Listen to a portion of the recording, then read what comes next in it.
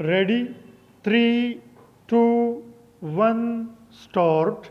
Prime Minister Imran Khan's directions to the State Bank and the state owned National Bank to facilitate people seeking low cost subsidized home loans under his Naya Pakistan housing program reflect the slower than expected pickup of mortgage financing in the country. Full stop. Addressing a telethon on Sunday, the Premier also instructed the central bank to push commercial banks to ease housing loans processes. Full stop. What does all this signify? Question mark.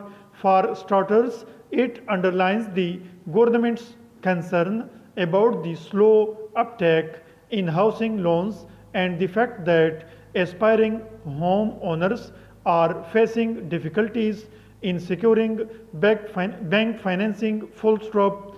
Second, it shows that the central bank could now put more pressure on unwilling commercial banks to speed up the processing of loan applications. Full stop. New paragraph.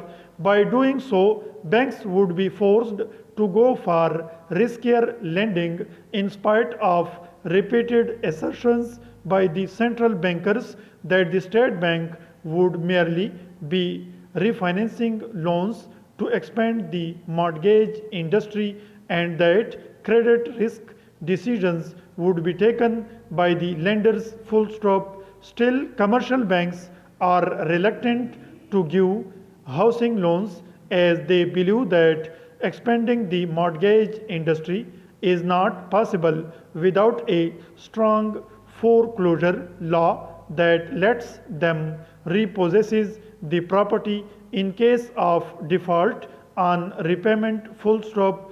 The government has time and again promised to improve the foreclosure laws but has not done anything about it. Full stop. Third, it implies that the government may ask National Bank of Pakistan to pursue a more liberal mortgage policy to make up for the reluctance of private banks. Full stop. That will be disastrous for the bank's balance sheet. Full stop. We still remember the yellow cab scheme launched by the PMLN government in the 1990s. Full stop. New paragraph. A World Bank estimate says the total national housing deficit is over 10 million units, with the gap increasing by 3 lakhs and 50,000 units annually. Full stop.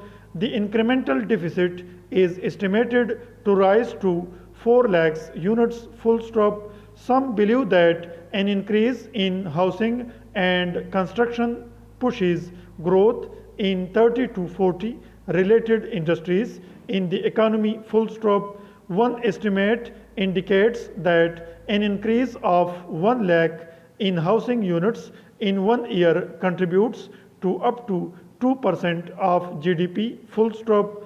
Besides, the provision of housing to people significantly cuts health and other economic and social costs imposed by informal urban settlements. Full stop. But the development of housing depends largely on a vibrant mortgage market which is virtually non existent here. Full stop.